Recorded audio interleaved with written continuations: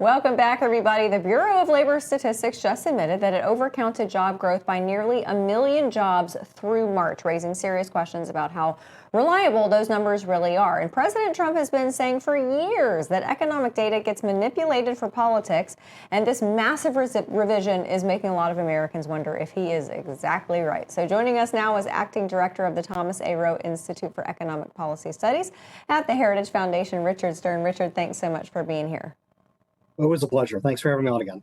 So you look at these numbers for the last year of the Biden administration, looks like about 51% of those just didn't exist. That is a big mistake to make.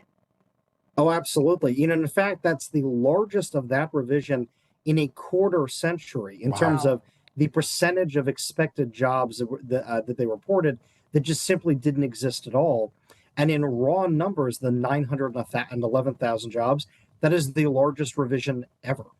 Yeah, it's just extraordinary. All right, so how hard is it to estimate jobs? And was there some politics in your mind going on here to prop up the job creation for Joe Biden more than it was? There's certainly an open question about the politics. A lot of people don't think there was, but, again, this speaks to the lack of transparency in the process. And so part of this certainly feels political, or could be. But then the other thing you asked, of course, is how hard is it to collect jobs? Look, COVID shook up a lot of things, the lockdowns, the rise of tech and gig work and all these other things. It's a changing economy. And BLS is normally using these statistical methods that worked pre-COVID, and they don't work anymore. And so what's happened instead is that the survey response rate is below 50%. A lot of people think that BLS gets, real numbers from somewhere. Right. No, they run surveys and they get data collection that way. And the response rates are under 50%. Wow. And they've been trending down and down since COVID. So clearly something needs to change. They need new, different methods of data collection. And business as usual just isn't going to cut it anymore. So I think that a lot of folks are under the misconception that this data comes from businesses who can somehow prove that they created X number of jobs. So that's not the case at all. No, it's not. And in fact, you might ask, where do the revisions come from? The revisions come from data that's reliable. So, businesses have to file their taxes. They collect your payroll taxes and your paycheck. And so we have quarterly and annual data that comes in that businesses have to prove the receipts on, that there's tax collections on, that there are other pieces of data you can use to get a real picture. The monthly data is done through these surveys, and there's no way to know whether they're real or not. And that's true, by the way, not just for the jobs data, but for the price data. So you can think through the same issues when we talk about calculating what the rate of inflation is. Yeah. All right, so this isn't just a, government got it wrong story, because the job creation has often been an excuse made by the Federal Reserve not to bring down interest rates, which is obviously hampering home buying, other things. If those decisions were based on bad data, it does seem to strengthen President Trump's hand that maybe the economy was slowing down quicker than the Fed has acknowledged. It does. And exactly, you got to the heart of the matter there. Mortgage rates are still 6.5%. Car loans are higher.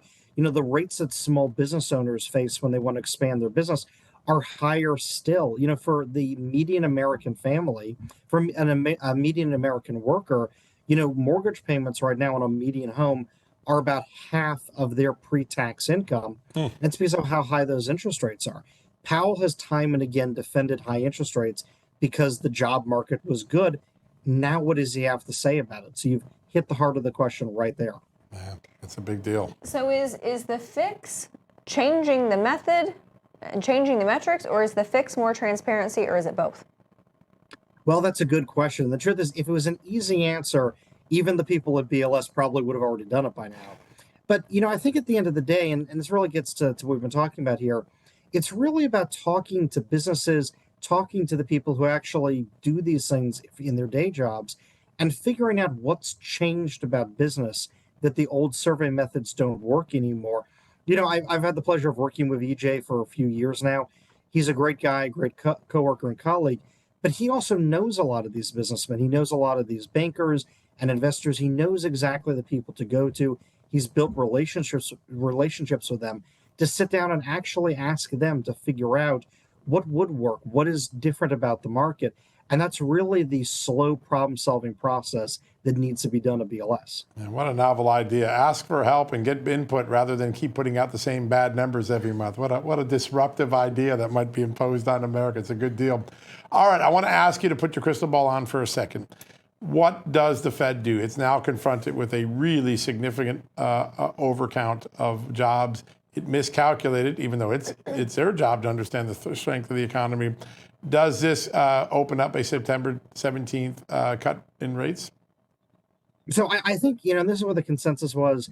I think they were probably almost certainly going to cut rates anyway. The real question has been, and to be fair, there's still a little bit of a question, and there had been, about whether it holds steady or cut by a quarter point. Now I think that it's on the table that they might cut by a full half a point. Wow. So we'll see what happens. Now, I will give this caution, though.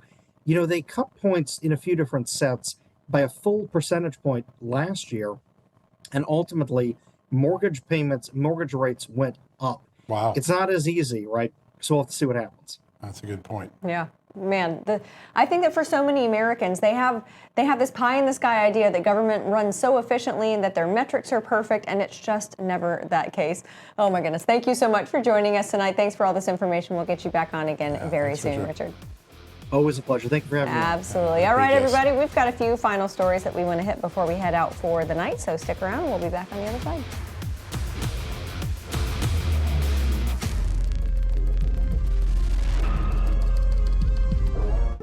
September 11th, 2001, a day that changed America forever.